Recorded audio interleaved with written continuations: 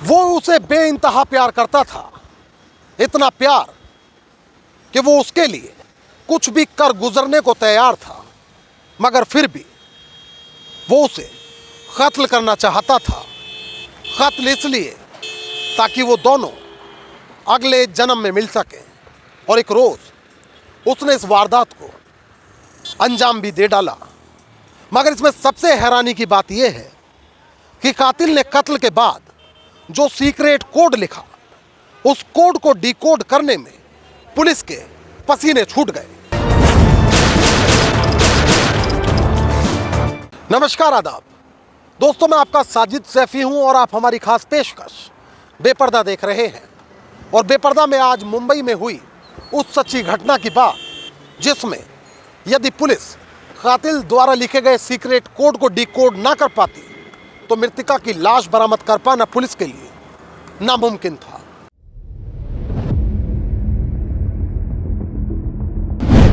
तारीख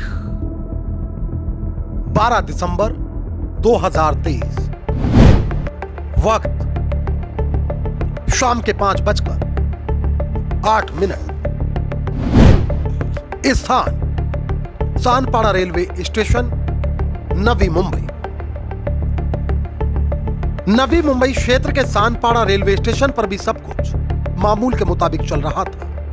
हर रोज ही की तरह स्टेशन पर आज भी मुसाफिरों की चहलकदमी देखी जा सकती थी, जबकि रेलवे की ओर से ट्रेनों के टाइम टेबल अनाउंस किए जा रहे थे। मगर तभी अचानक 6 फुटा नौजवान स्टेशन पहुंचता है और कोई कुछ भी समझ पाता उससे पहले यह नौजवान रेल के आगे कूदकर अपनी जीवन लीला समाप्त कर देता। खैर, चश्मदीदों ने घटना के मुताल्लिक नवी मुंबई पुलिस को आगाह किया। पुलिस मौके पर पहुंचती है और शव को कब्जे में लेकर पोस्टमार्टम के लिए भिजवाया जाता है। जबकि इस दौरान पुलिस मृतक के पॉकेट से जो मोबाइल फोन बरामद करती है, उसमें एक सुसाइड नोट लिखा था। मगर जैसे ही पुलिस सुसाइड नोट को पढ़ती है तो उसके होश फाख्ता हो जाते हैं, क्योंकि यह सुसाइड नोट मानो एक गुनाह का कबूलनामा है, जिसमें एक लड़की के कत्ल की बात लिखी है। कातिल ने लिखा है कि उसने सुसाइड से कब्ल अपनी गर्लफ्रेंड की जिप टैग से गला दबाकर हत्या कर दी है। और उसने लड़की का शव कहां फेंका है, इसका क्लू सिर्फ सुसाइड नोट में लिखे गए एक सीक्रेट कोड में छिपा था। वह कोड था L01501। हालांकि पुलिस युवक के शव की पहचान वैभव के तौर पर कर चुकी है, मगर जिस लड़की के कत्ल का वह जिक्र कर रहा है, वो लड़की कौन है, कहां की रहने वाली है, क्या वाकई वैभव ने उसे मार डाला या फिर लड़की जिंदा है? ऐसे कई बुनियादी सवालात थे जो सुसाइड नोट सामने आने के बाद पुलिस के सामने सीना ताने खड़े थे। लिहाजा नवी मुंबई के पुलिस आयुक्त ने न केवल इन सवालों के जवाब तलाशने के लिए, बल्कि इस केस की जांच के लिए डीसीपी अमित काले के नेतृत्व में एक स्पेशल टास्क फोर्स बना दी। अब सबसे पहले पुलिस को पता लगाना था कि सुसाइड नोट में जिस लड़की का जिक्र किया गया, असल में वह है कौन। इसके लिए पुलिस को इलाके से लड़कियों के लापता होने के मामलों की फाइल्स के पन्ने एक बार फिर पलटने पड़े। अब पुलिस के हाथ एक ऐसी फाइल लगती है जिसे पढ़ते हुए पुलिस अधिकारी के हाथ की उंगलियां अचानक रुक जाती हैं। दरअसल यह फाइल वैष्णवी की गुमशुदगी की थी। वैष्णवी की गुमशुदगी उसकी मां के द्वारा दर्ज कराई गई थी। एफआईआर में बताया गया था कि 12 दिसंबर के सुबह 10 बजे वैष्णवी घर से कॉलेज जाने के लिए निकली थी, मगर उसके बाद वह घर वापस नहीं लौटी। दरअसल इस फाइल को यह अधिकारी इसलिए भी तफसील से पढ़ रहे थे क्योंकि इसमें लड़की का जो नाम लिखा है, मृतक ने अपने सुसाइड नोट में उसी वैष्णवी को अपनी प्रेमिका बताया है। अब सवाल था कि क्या गायब हुई वैष्णवी को ही वैभव अपनी प्रेमिका मानता था या फिर ये दो अलग अलग लड़की हैं? इसका पता लगाने के लिए पुलिस वैष्णवी के परिवार के पास पहुंची। जानकारी करने पर पता चलता है कि परिवार वैभव को जानता था, जबकि वैभव और वैष्णवी के आपस में दोस्ती थी, जिसे वैष्णवी का परिवार कतई पसंद नहीं करता था।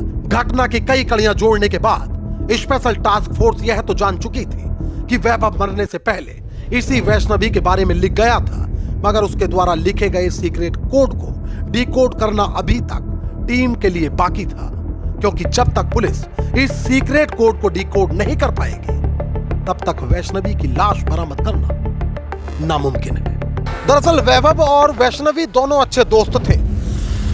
वैभव इंटर तक पढ़ाई करने के बाद पढ़ाई छोड़ चुका था और अब रोजगार की तलाश में भटक रहा था, जबकि वैष्णवी स्नातक की पढ़ाई कर रही थी।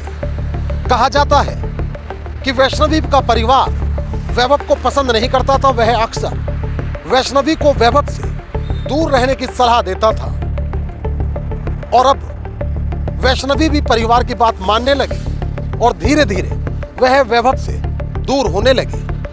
मगर उस वक्त वैष्णवी को नहीं मालूम था कि वैभव को यह दूरी इस हद तक खलती है कि वो इसके लिए किसी भी हद तक जाने को तैयार है। कहा जाता है कि 12 दिसंबर को वैभव वैष्णवी को मिलने बुलाता है और उसे जंगल में ले जाकर जिप टैग से उसका गला घोंटकर कत्ल कर डालता है।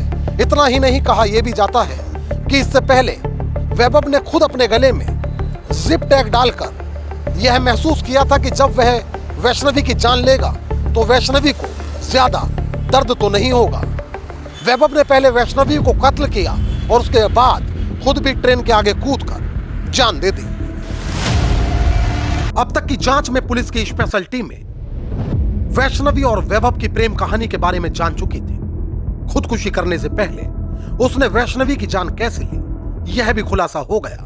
मगर फिर भी 1 महीने तक एक सवाल था जो अटका रहा। सवाल था कि आखिर वैष्णवी की लाश कहां है।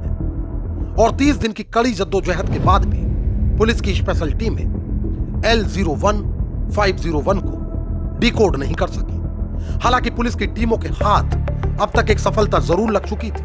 दरअसल वैभव वैष्णवी के दोस्तों और करीबियों से पूछताछ कर पुलिस की टीमें यह जान चुकी थी कि 12 दिसंबर को ये दोनों खारघर पहाड़ी इलाके में गए थे। अब पुलिस शव बरामद करने के लिए खारघर इलाके में खाक छानने लगी। नवी मुंबई पुलिस की टीमों ने इलाके के चप्पे चप्पे को छान मारा। घने जंगल में खोज के लिए ड्रोन, डॉग स्क्वाड और L01501 का पता लगाने के लिए गूगल का भी सहारा लिया गया, मगर नतीजा शून्य था। अब टीम की अगुवाई कर रहे डीसीपी अमित काले ने फायर ब्रिगेड और वन विभाग की मदद लेने का फैसला लिया।